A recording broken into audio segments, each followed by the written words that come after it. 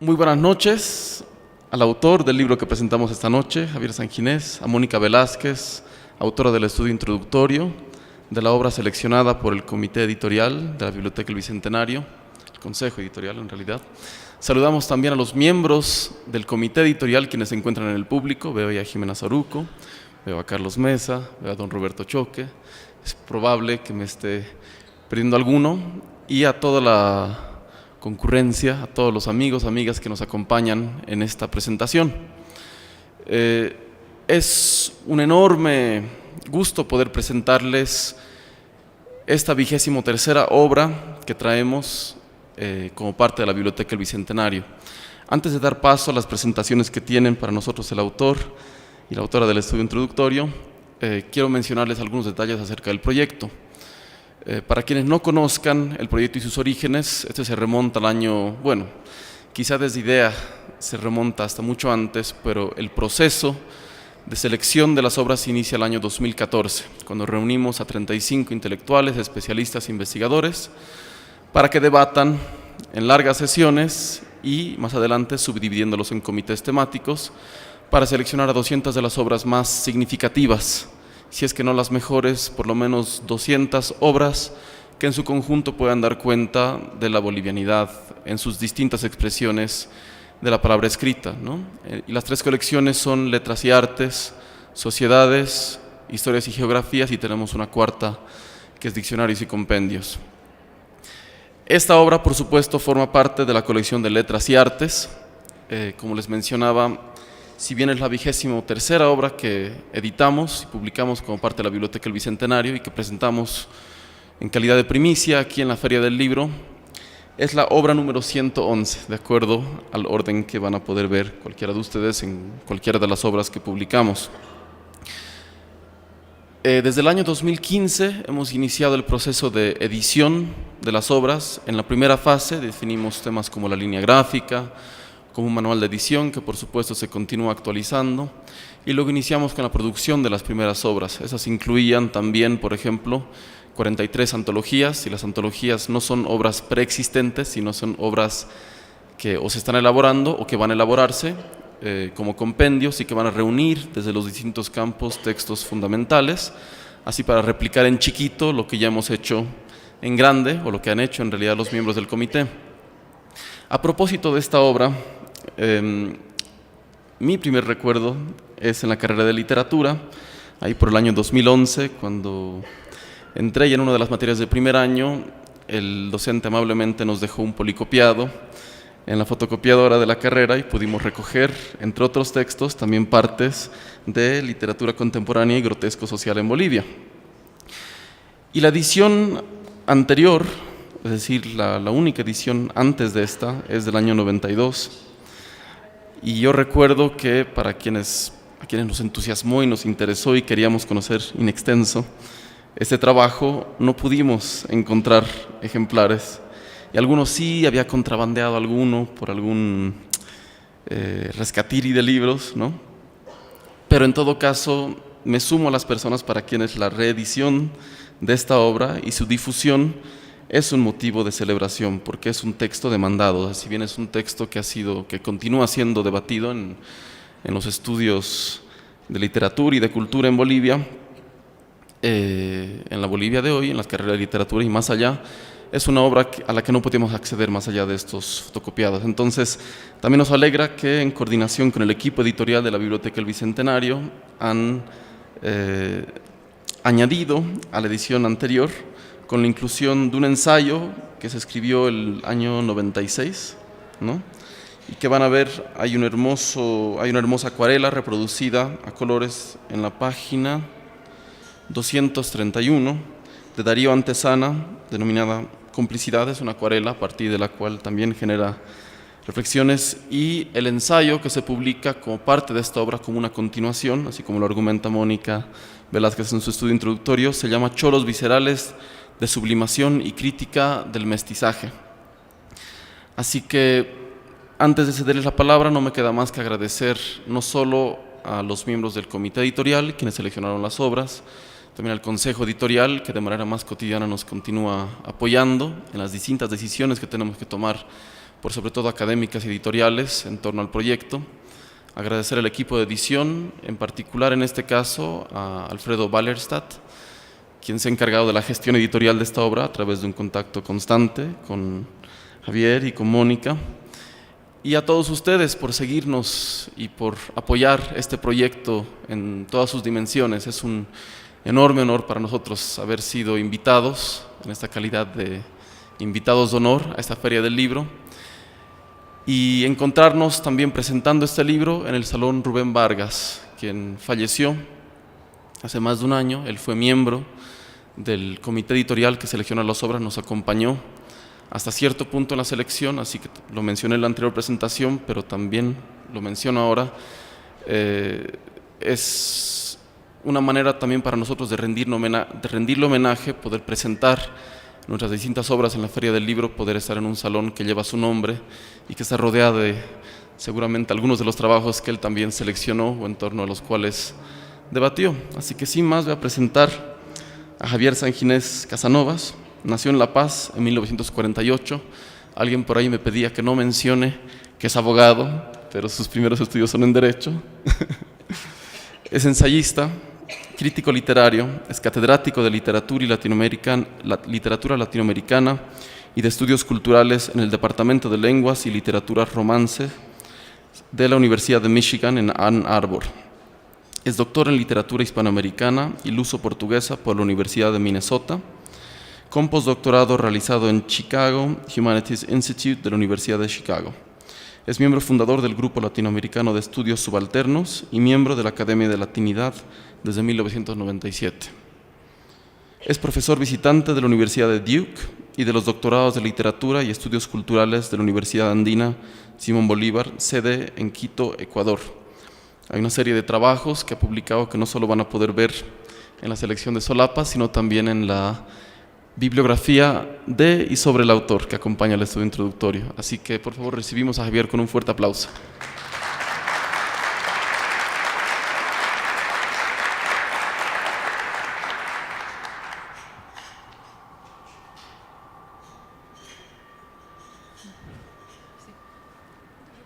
Empiezo, ¿no? Van a disculpar. Efectivamente, Mónica va a empezar la presentación, entonces la presento, ya no vuelvo a presentar a Javier, pero voy a presentar a Mónica. Bueno, Mónica Velázquez es poeta y crítica literaria, obtuvo su doctorado en el Colegio de México en el año 2004, actualmente es docente de la Universidad Mayor de San Andrés y la Universidad Católica Boliviana. Ha publicado, entre otros, los poemarios Fronteras de doble filo, del año 98, Hija de Medea, 2008, Premio Nacional de Poesía Yolanda Bedregal, Abdicar de lucidez, el año 2016. Como crítica literaria, múltiples voces en la poesía de Francisco Hernández, Blanca Vitúcter y Raúl Zurita, del Colegio de México del año 2009, Demoníaco Afán, en Plural Editores y Pittsburgh del año 2010, y la colección de 10 volúmenes sobre poesía boliviana, La crítica y el poeta, UMSA 2010-2017. Ahora sí recibimos a Mónica con un fuerte aplauso.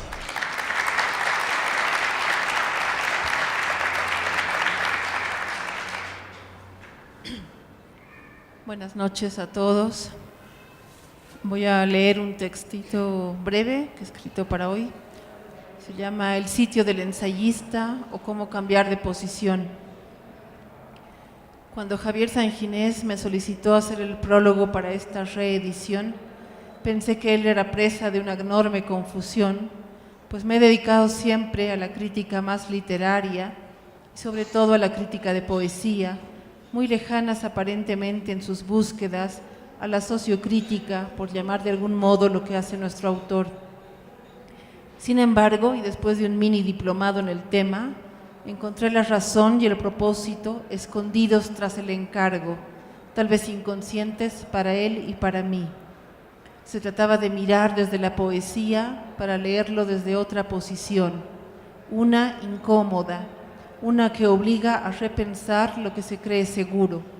De ese rasgo que me parece central quiero hablar, del pensamiento fuera de lugar, ensayístico que rige esta obra. En Estética y Carnaval ilumina sus reflexiones con el primer Lukács, el del alma y las formas. Fue él quien detonó la escritura ensayística en el escritor boliviano. Con él comienza lo que será una larga lista de preguntas alrededor de cómo el ensayo contribuye a hacer visible o a dotar de forma a una cultura.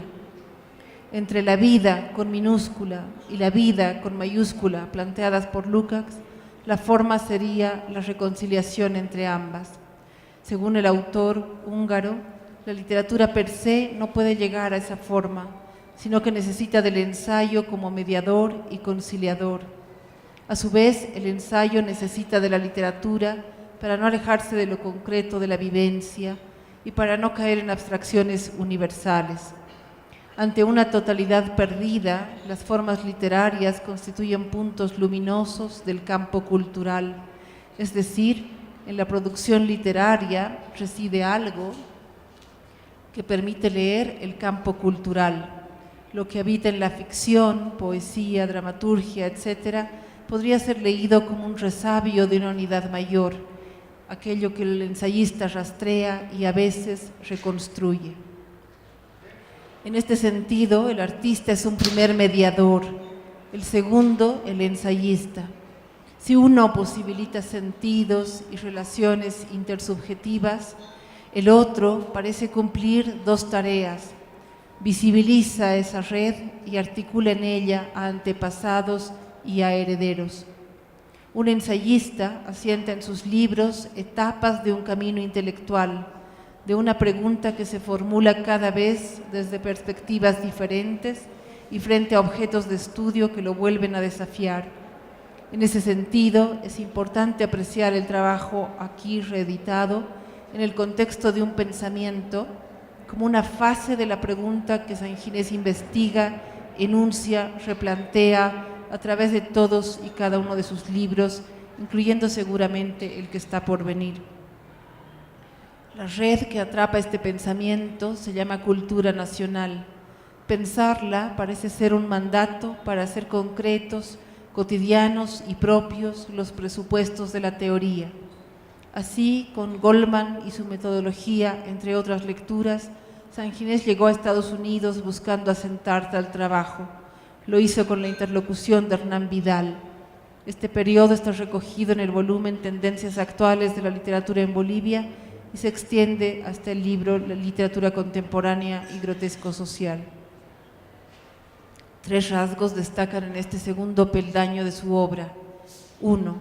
La pluralidad de perspectivas y procedimientos que el editor deja coexistir en su introducción como señal de contradicción y polifonía, propias tal vez de la cultura que pretende caracterizar. 2. A partir de una reflexión autocrítica de lo que es el estudio de la cultura, se trabaja la lectura de imágenes y tropos textuales hasta su espacio cultural y sus imaginarios. De allí se traslada a las condiciones escriturales, las del autor, y productivas del mercado académico e industrial que rodea un libro. 3. Tomando en cuenta la frase de Luis Antezana, quien detecta una constante clausura social en la producción literaria boliviana, y habiendo leído atentamente el trabajo de Vidal sobre teatro chileno, San Ginés retomó sus pasos lukácsianos y dio en un clavo. Esta clausura es más que una cerrazón, es lo que denominará grotesco social.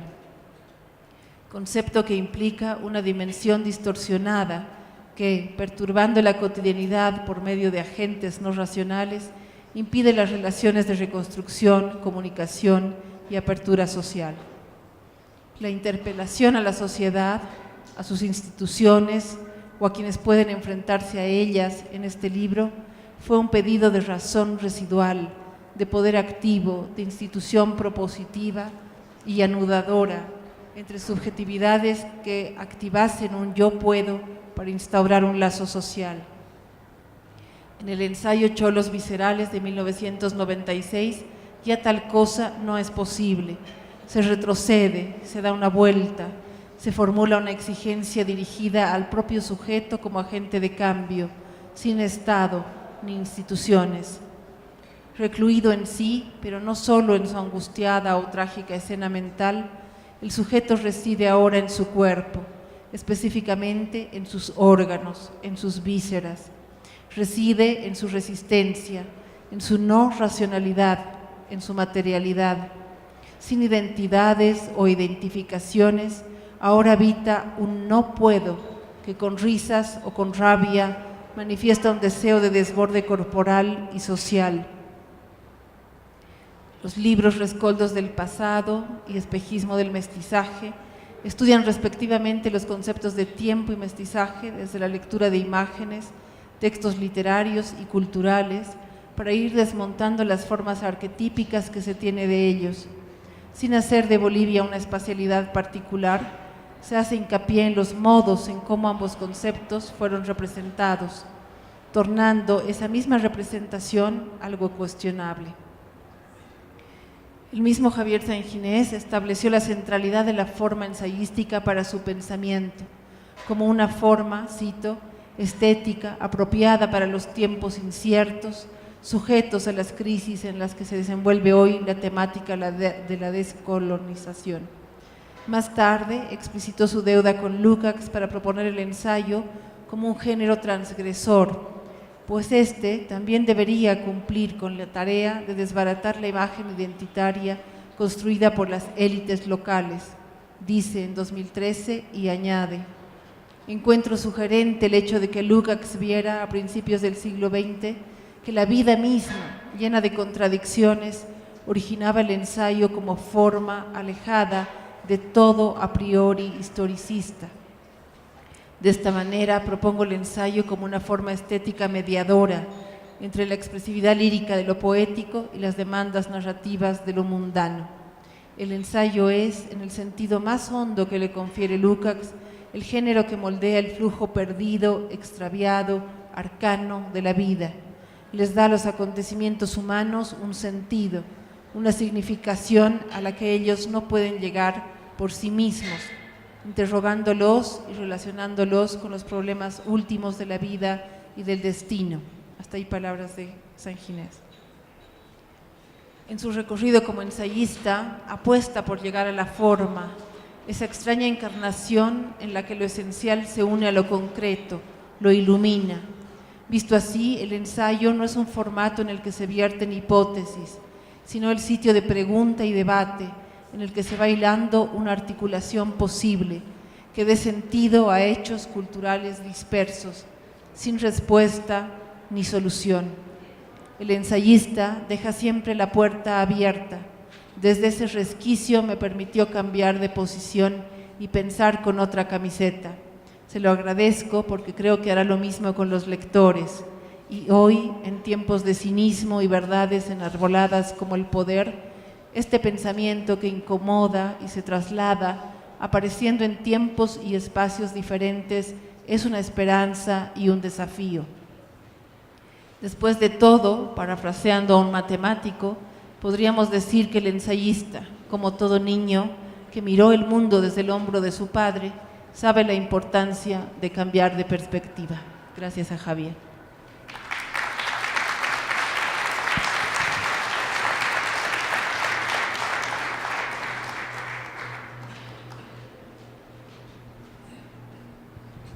Buenas noches a todas y a todos. Voy a leer estas páginas que son un poco el recorrido también de mi trabajo. Sorprende advertir que desde los tiempos de Homero, en la literatura se da una situación básica que suele ser frecuente. El protagonista descubre o hace evidente que el significado de su existencia no se satisface en su lugar de origen, que debe abandonarlo generalmente por medio de un viaje real o simbólico y que luego de una sucesión de experiencias variadas vuelve a su lugar inicial con un conocimiento que pone al servicio de sus semejantes.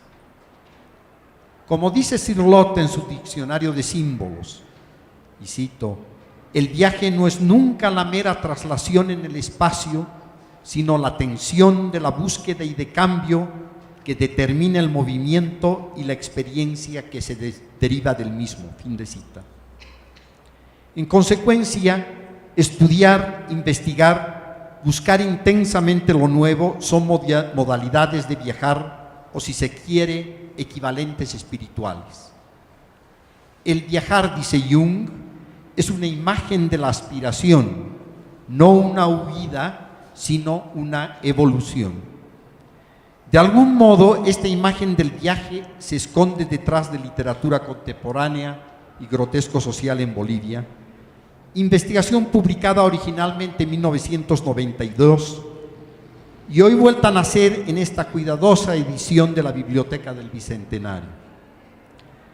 En ella se repite el esquema inicial al que me refería, combinando la importancia del viaje como desplazamiento físico con mis experiencias internas o intelectuales. En 1981, después de enseñar varios años en las carreras de Sociología y de Literatura, emprendí un viaje de investigación a Estados Unidos. Me habían concedido la beca Tinker en el Centro de Estudios para América Latina de la Universidad de Pittsburgh por el año académico 1981-1982. En el momento de iniciar este viaje, no podía anticipar el hecho de que ese año de investigación se convertiría en 36 años de permanencia ininterrumpida en centros académicos del país del norte. Llegado a Pittsburgh y habiéndoseme asignado un cubículo en la biblioteca Hillman de esta universidad, conocí a Eduardo Lozano, su bibliotecario, mentor de generaciones de latinoamericanos que pasaron por esta institución. Lozano había construido uno de los centros bibliográficos más grandes del mundo sobre América Latina, particularmente importante para los estudios sobre Cuba y Bolivia. En aquel momento, previo al avance de la tecnología electrónica en la investigación, Lozano me recibió con 5 volúmenes que reunían el material bibliográfico sobre Bolivia, recomendándome que los estudiara con cuidado antes de pedir cualquier información. Así lo hice. Maravillado y perdido en los anaqueles de la biblioteca durante varias semanas, me fui dando cuenta de que era imposible leerlo todo sobre el tema que me había planteado investigar, el desarrollo de la narrativa guerrillera. Buscaba en ese momento superar los estudios empíricos que se habían escrito sobre ella para dedicarme a analizar las mediaciones ideológicas entre la literatura y la sociedad a propósito de ese preciso y convulsionado momento histórico. Así como Lucien Goldman, guiado por el estructuralismo genético de Jean Piaget, había pretendido superar lo aliterario de una aproximación sociológica a través de las homologías entre las estructuras literarias y las estructuras sociales, me aprestaba a elaborar el procedimiento para un sistema semejante en el caso de la novela de guerrilla en Bolivia. No podía tener mejor consejero en este viaje intelectual. La Universidad de Pittsburgh me había asignado al profesor John Beverly, conocido latinoamericanista y profesor distinguido del Departamento de Español, para allanar mi camino, guiarme con sus consejos académicos y facilitarme mi hallazgo de fuentes bibliográficas útiles para la investigación. Pero así como la biblioteca me llevaba a devorar información, también me mostraba las carencias de la investigación realizada sobre nuestro país. En 1981, Bolivia no tenía avanzado el estudio de sus clases medias. Poco se había escrito sobre ellas, particularmente sobre su comportamiento emocional en épocas de convulsión social y material útil, convulsión social y política, aspecto que era importante para mi investigación. Indudablemente había material útil sobre la historia de la Bolivia moderna, sobre sus movimientos obreros y campesinos, pero poco sobre clases medias. El año de investigación pasó volando y aunque concluí un ensayo largo sobre la novela de guerrilla en Bolivia, notaba vacíos e insuficiencias en mi investigación. Aconsejado por Beverly, tomé la decisión de realizar los estudios doctorales en un centro que promoviera el análisis ideológico y sociohistórico de la literatura hispanoamericana. Habían 2 centros particularmente interesantes en los Estados Unidos: la Universidad de California en San Diego y el Centro de Ideología y Literatura del Departamento de Literatura Hispanoamericana y Luso-Portuguesa de la Universidad de Minnesota. Beverly se contactó con Hernán Vidal, profesor chileno, afincado en Minnesota desde 1965, quien aceptó guiar mis estudios doctorales. El Centro de Ideología y Literatura era ideal para mis estudios por su colaboración con la Fundación Ortega y Gasset y con Casa de las Américas. Comenzó así mi relación con Hernán Vidal, que se extendió por 33 años hasta el deceso del crítico y antropólogo cultural en 2015. Dedico en su memoria la reedición de Literatura y Grotesco Social, puesto que con Vidal inicié la etapa principal de este viaje de adquisición de conocimientos. Reconozco la función que él cumplió en la evolución de mi investigación. Su ensayo crítico, Literatura hispanoamericana e ideología liberal, surgimiento y crisis, y sus ideas en torno al Estado y a la organización de la cultura nacional, fueron fundamentales para aquellos investigadores que en esos años decidimos llevar nuestra labor crítica más allá de las tendencias analíticas estrictamente formalistas y deconstructivistas que relegaban a un segundo plano las aproximaciones sociohistóricas de la literatura. La estrecha relación entre Estado, literatura y cultura nacional fue la propuesta racionalizadora que gobernó mi lectura de la realidad boliviana durante la década de 1980, momento en que escribí el estudio sobre el grotesco social en Bolivia.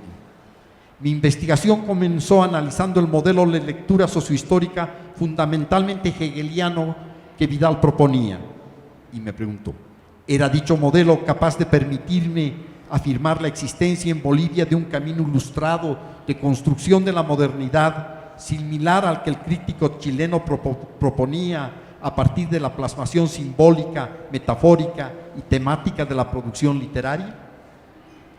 A fin de explicar la consolidación del Estado y de la cultura nacional, Vidal fijó su análisis teórico en dos categorías epistemológicas, que ligadas a la noción de progreso y al devenir histórico de los pueblos, quedan condicionados por el juego dialéctico entre lo abstracto y lo concreto. Se trata de las categorías lukácsiano-hegelianas de totalización y de universalización que, según Vidal, y cito, elevan al individuo privado específico y concreto a la categoría abstracta de ciudadano de la República. Pero a fin de que ello se diese, Vidal otorgaba particular importancia al rol cumplido por instituciones capaces de crear el indispensable nosotros comunicativo que media entre la especificidad de lo cotidiano y la abstracción de lo estatal.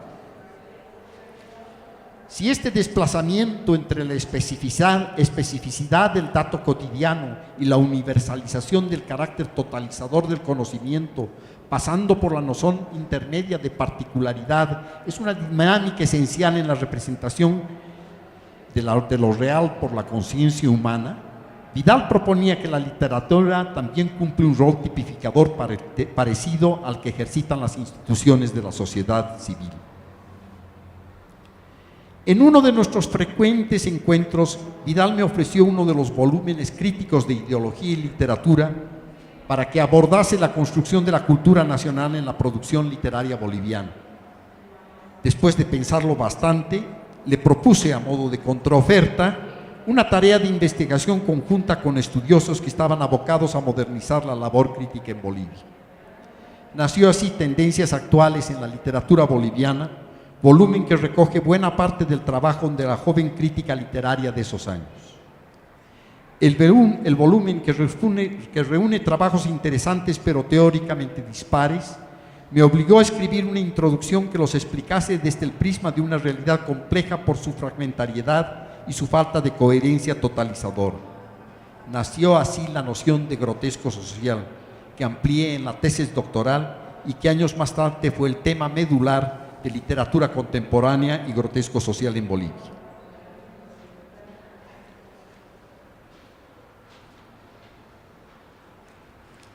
Dada la carencia de estudios sobre el comportamiento emocional de las clases medias y de sus intelectuales, literatura contemporánea y grotesco social fue una manera novedosa de enfocar la investigación sociohistórica de la literatura boliviana, porque me permitió explorar las razones por las cuales los escritores daban una visión tan pobre y deficitaria de la cotidianidad. El libro también me permitió indagar los motivos que impedían a los intelectuales participar creativamente en la constitución del orden simbólico, no pudiendo ellos abrir nuevos cauces de comunicación social.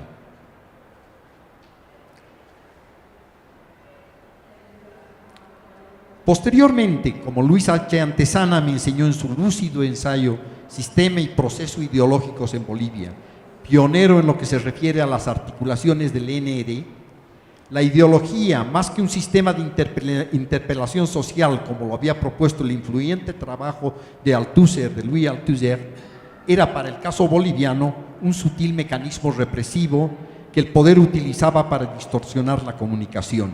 Me refiero al modo en que Jürgen Habermas concebía la ideología en su teoría de la acción comunicativa. Entre las diferentes clases sociales, desplazando la revolución concebida en términos popular democráticos a otra muy diferente al servicio de los grupos dominantes. En lo que concierne a las clases medias, me fui dando paulatina cuenta de que uno de los propósitos de las contraélites en el poder era afectarla, paralizarla, neutralizarla bajo el efecto traumático de la revolución. Ideológicamente aislada de otras posibles interpelaciones, el campesinado permanecía al interior del Estado como factor de poder. La ideología del NR se las arreglaba para hacerle vivir a la pequeña burguesía el proceso revolucionario como una permanente pesadilla. Es en lo ético-cultural que se registró de modo particularmente interesante esa crisis social. Años más tarde, intelectuales de la talla de Marcelo Quiroga Santa Cruz darían con novelas como Los Deshabitados una visión privilegiada de ese momento histórico posterior a la revolución. Percibí con claridad que la crítica literaria boliviana no había reparado en el hecho de que esta novela revelaba que los seres humanos habían perdido el control de sus actos, dejándose asimilar a las demás cosas de la naturaleza. Esa visión desestabilizadora del mundo me permitió abrir compuertas al análisis crítico de lo que llamo grotesco social. Es el grotesco social que exploré en este libro. En el grotesco social que exploré en este libro, el arte se convierte repentinamente en un lugar extraño y desagradable. La alienación grotesca se relaciona con un mundo invertido, asediado por la ansiedad y el peligro. No es el miedo a la muerte que el grotesco provoca en nosotros, sino ansiedad acerca de la vida. Si los golpes de Estado se sucedían uno detrás de otros, el caudillismo desbarataba el cuidadosamente planeado orden de las cosas, los sistemas financieros colapsaban repentinamente. De igual modo, la grotesca no visión del mundo de la novela de Quiroga Santa Cruz o la cuentística de Óscar Cerruto, para mencionar a dos de las producciones literarias más importantes de nuestra sui generis modernidad, mostraba que el grotesco social dependía de la inoportuna impredictibilidad de los eventos. Consecuentemente, el grotesco social aparecía no solamente como un evento desagradable y repugnante, sino sobre todo como aquello que desafiaba la previsibilidad de los eventos, hecho que distorsionaba el comportamiento humano, como define Anthony Giddens la intervención racional de los seres humanos sobre el actual cotidiano. En mi libro, El grotesco social, se abre a otras categorías estéticas, como el monumentalismo espiritualista que distorsiona el mestizaje y marca la novelística de Fernando Díez de Medina, uno de los más importantes promotores de la cultura nacional en las décadas posteriores a la Revolución Nacional. La crítica no se había percatado que los símbolos autoritarios generados por Mateo Montemayor, novela de Díez de Medina, eran solapadamente destruidos por Estrella Segregada, la estupenda obra del exilio interior que distingue a la voz poética de Óscar Cerruto. Pero el grotesco social, producto de la comunicación distorsionada que exploro en esta investigación, podía también tener un cariz progresivo de reconstrucción social en los contradiscursos que analizo en el último capítulo del libro, donde me concentro en las estrategias de entendimiento que combatían el autoritarismo y que contribuían a la descolonización del orden simbólico. Me refiero a la importancia que cobró en su momento el testimonio como forma reconstituyente de lo popular, estrechamente ligado a la tradición oral, así como a la del cuento minero de Interior Mina. Estos ejemplos literarios me permitieron ahondar en las situaciones ideales de habla que le daban un renovado sentido metafórico al cuerpo humano como punto de convergencia de todos aquellos valores que tornaban la sociedad en un ámbito de vida. Mi interés por el cuerpo humano se fue ampliando en posteriores investigaciones, también relacionadas con el grotesco social. Los editores de la Biblioteca del Bicentenario me permitieron incluir, como apéndice del libro, mi ensayo Yolos viscerales de sublimación y crítica del mestizaje, publicado originalmente por Ildis Ceres en su colección Debate Regional. Este ensayo, traducido a varios idiomas, incluyendo el coreano, tiene su propia historia. En 1994 me encontraba tomando sol en la plaza de Cochabamba, pensando en nuevos temas de análisis cultural. Curioso por conocer la colección de cuadros de su biblioteca municipal, ingresé en ella esa soleada mañana de invierno y me topé con una enorme acuarela que me tendría ocupado por el resto del año. Comenzaba de manera imprevista un nuevo viaje intelectual, esta vez guiado por complicidad la acuarela de Darío Antesana. Miraba entusiasmado el dibujo de dos personajes transparentes, casi efímeros, con las entrañas afuera. Las figuras de los dos cuerpos, en que la distinción social entre lo cholo y lo mestizo era difícil de discernir, eran probablemente las de dos burócratas que en una noche de desmedida diversión estaban por concluir un trato ilícito. Para mí, el tono grotesco de la acuarela revelaba el proceso de sublimación que se manifestaba en la figura corporal de la derecha, cuya cavidad abdominal mostraba la encendida materia laberíntica de los intestinos. ¿Acaso no estaba este personaje a punto de estallar con una vitalidad nada sublime, más bien vulgar? ¿No se oponía esta acuarela a la visión romántica de la sublimación del arte? ¿Planteaban las figuras una mirada crítica acorde con las propuestas fenomenológicas de la posmodernidad? En goce de una beca postdoctoral concedida por el Instituto de las Humanidades de la Universidad de Chicago, las preguntas me llevaron a realizar 6 meses de estudio sobre lo carnal y lo visceral. Allá, en diálogo con críticos culturales de reconocido prestigio como Arjuna Padurai, Terry Smith y Sean Cubitt, escribí este ensayo en el que las realidades objetivas y cuerpos humanos perceptibles invitan a llevar a cabo una reflexión fenomenológica de corte existencial. Drew Leder, mi compañero de colegio a principios de la década de 1960 y profesor de filosofía en la Universidad de Loyola en Baltimore, me convocó a leer su libro El cuerpo ausente, The Absent Body. El acucioso análisis de Leder, en ese momento ya sacerdote jesuita, llevaba a los límites las propuestas fenomenológicas de Merleau-Ponty, cuya metafísica de la visión demandaba a sustituir el yo pienso cartesiano por el yo puedo de los cuerpos vivientes. Sin embargo, el libro de Drew Leder iba más lejos, agregaba la dimensión de lo visceral al análisis del quiasma de Merleau-Ponty. Con la plasmación estética del no puedo corporal, más allá de la abolición racional, los dos cuerpos de la acuarela ingurgitaban para exhalar ruidos humanos que sus estómagos flácidos emiten, abortando nobles ideas con innobles aflatos. Me parece que Antesana renunciaba a la racionalidad de la modernidad y posiblemente a la idealizada construcción del mestizaje. En mi percepción de complicidad, el mestizaje idealizado no es, sin embargo, ajeno a la acuarela. Está allí silencioso, oculto, en un cuestionador sentido obtuso que, en el decir del crítico francés Roland Barthes, es un tercer excluido, ausente al sentido obvio de lo que se está viendo. Y la apreciación de Barthes, muy a tono en este punto con la teoría de la ideología del rumano Slavoj Žižek, revela el aspecto traumático del ideal ausente que con posterioridad relacionaría en mis libros El espejismo del mestizaje y Rescoldos del pasado con las identidades conflictivas del mestizaje y del cholaje. Concluyo esta presentación agradeciendo la meticulosa revisión de mi libro, producto de la participación común de varias personas. A Amaru Villanueva y a Jimena Soruco su interés por mi trabajo.